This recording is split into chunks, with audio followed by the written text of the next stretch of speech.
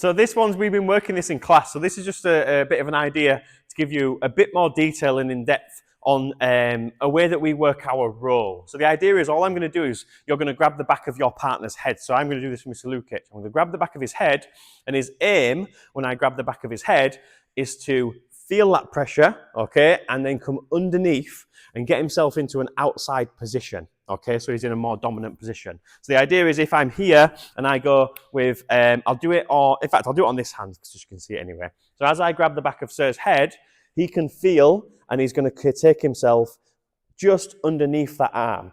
And one thing to think about when you're doing this is you don't need to do a full lunge to get underneath it, because the further you go down, the further you've got to come back up. So when Sir's doing it, he's going to feel that pressure again, but he's only got to avoid this arm. So he's just going to bring himself underneath it. So if I go again, I grab, and Sir brings himself just underneath the arm. And look how he stepped himself off the line as well, because if I go here and he just circles and brings himself back to the center, then he's exactly in the right place for the next shot that might come.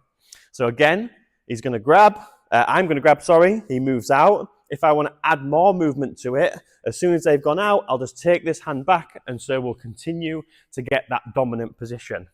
If I want to add attacks to it, you can do this a couple of ways. So I can either think about my punches, or one thing that we found when we were doing this in class is when you circle yourself out and you take a bit more of a lean here, this front foot gets a lot lighter.